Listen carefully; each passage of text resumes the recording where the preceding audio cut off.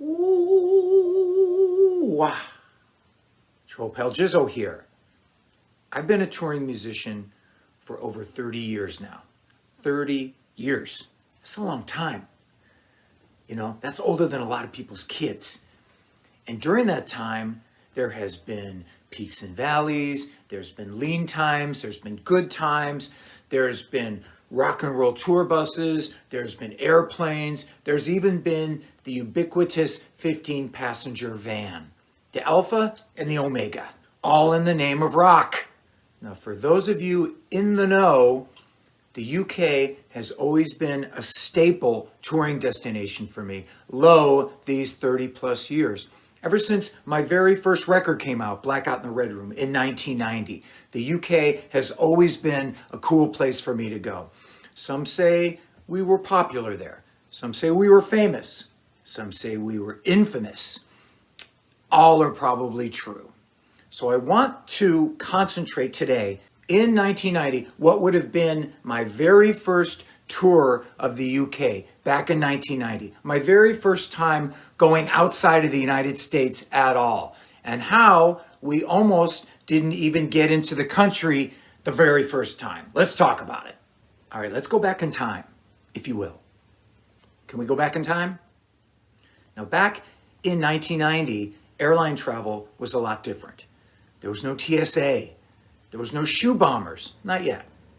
You could actually walk into the airport if you wanted to, and you could see your friends and family off as the plane taxied down the runway. You could stand at the window, like in the movies, and watch the plane go down the runway and wave to them.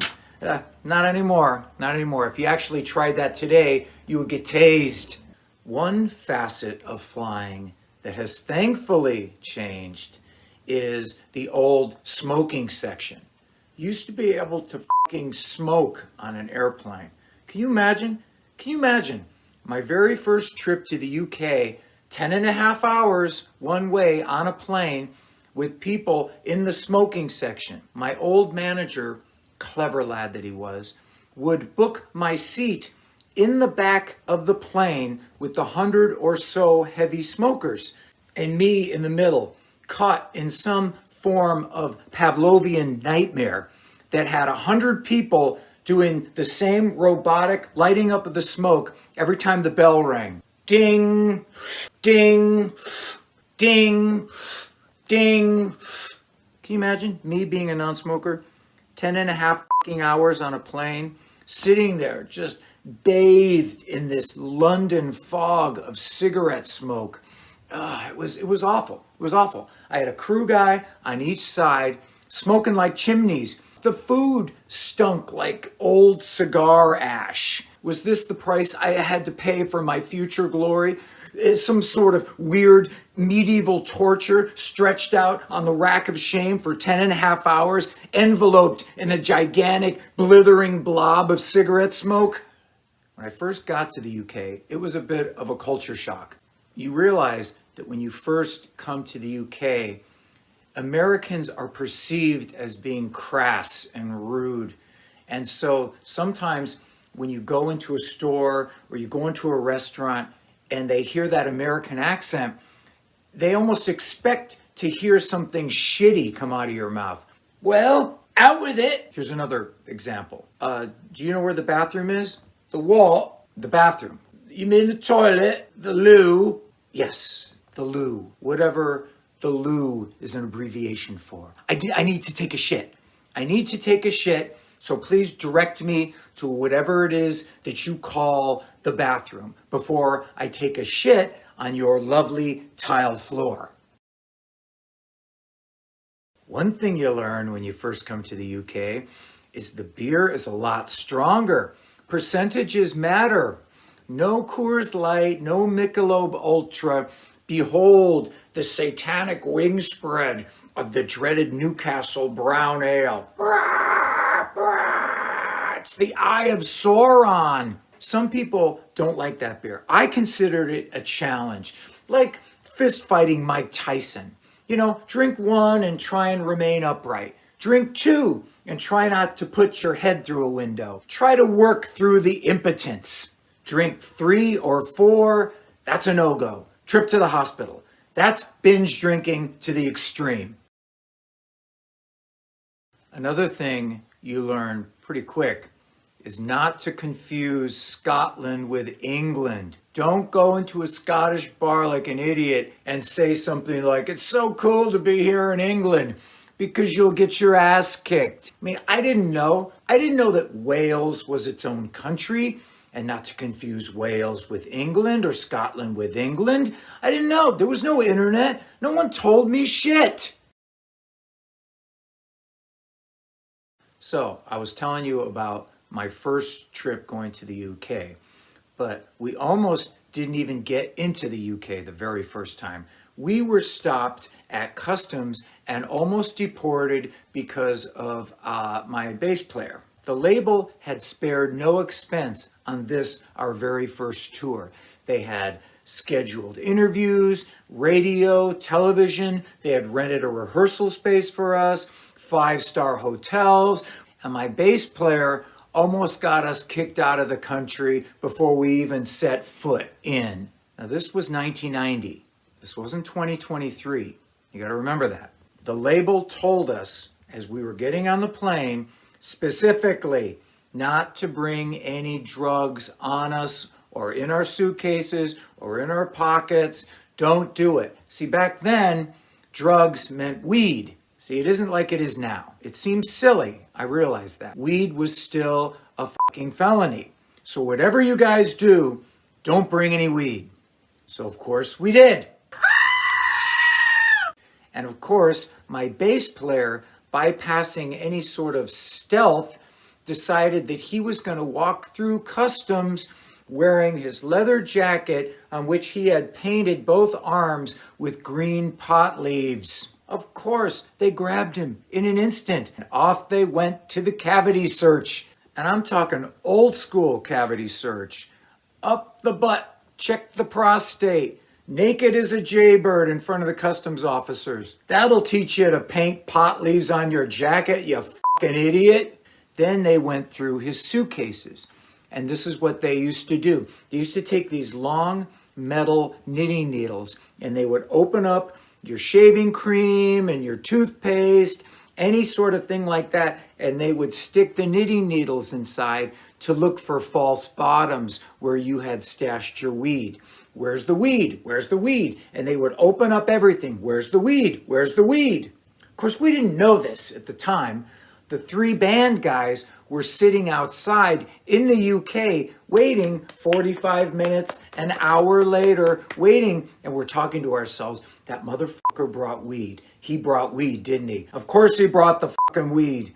And so what happened was my bass player had brought this big box of tempera paints because he was going to be an artist on the road. In one of these paint jars, he had secreted a false bottom with weed in it. So there's this very dignified old guy in a nice suit, and he was opening up the tempera paints with his knitting needle, checking for the weed. But what was happening was these paints started to spill and they started to get messy. And this older gentleman was getting this paint on his cuffs and on his shirt. And so after a while, he started to get annoyed and pissed off. And so he put down the paints. The one paint jar that he didn't check was the one that had the false bottom in it with the weed. Tick-tock, where's your boy? Tick-tock, where's your boy? So bass player finally comes out, a little chagrined, shall we say, and we finally made it into the country. But we almost got sent home in disgrace. On that very first tour, we almost got sent home in disgrace. Maybe we would never have gone to the UK again. Maybe we would never had a career because of evil weed. So the first night we're in the UK, oh, we're happy, we're excited. So we went out. We met up with a certain gentleman named Stevie James. We convinced Stevie James to come back to our hotel, and then Stevie James convinced us to remove the hinges off the door of the bar and plunder the liquor therein. And then a fist fight happened, and more drinking, more carousing, more fighting. And we almost got thrown out of our hotel on the very first night of our UK trip. Yeah, that wouldn't be the first hotel that we would be banned from. One of the perks of being on a major record label are the celebrity dinners. See, whenever you pull into a town, the local record company rep wants to take you out to dinner because he has an expense account. So every night would be these massive dinners. That's where I discovered Indian food. But the problem was that I would stuff myself with these dinners and then I couldn't sleep at night. I would be sitting in my hotel room stuffed and I couldn't go to sleep. I'd be sitting there with the TV, and back then there was only 2 or 3 channels, mind you. The BBC says it's 1 o'clock, ding, 2 o'clock, 3 o'clock, 4 o'clock, ding. Insomnia. I didn't want to turn down these dinners because it was all killer-free food, but I had to deal with the insomnia.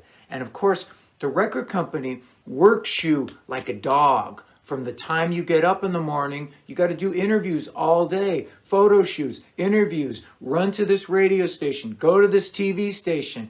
And so, what to do? So I heard about this stuff called activated charcoal. Apparently, you go to a health food store and you get these pills, these capsules called activated charcoal. It's charcoal. And what it does is when you eat it, it absorbs the gas in your stomach. And I thought, that's cool. I can still eat these dinners and I'll just eat this charcoal and that'll get rid of the gas and then I can sleep and then, all will be well in the world.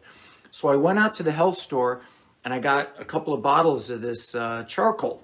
So the next night we were scheduled to have another huge Indian dinner.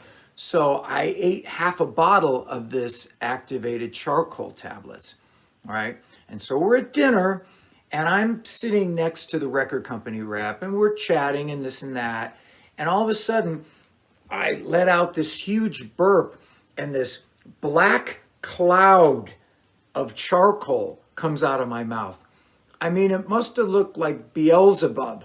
The record company's looking at me. They're all staring at me because this cloud is just hanging in the middle of the table like a fucking Zeppelin. So I'm sitting there trying to, and then the cloud starts to move of its own accord.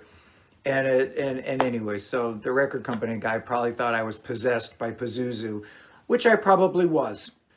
Heady days indeed. People, heady days indeed. There were years of greatness and Spinal Tap foolishness all rolled into one. There was the Hammer of the Gods, Excalibur wielded nightly. Years and years and years of fun and touring before the internet and before things got too crazy. So these moments will be lost in time like tears in rain. Your old pal Jizzo, rockin' and rollin'. We'll see you next time.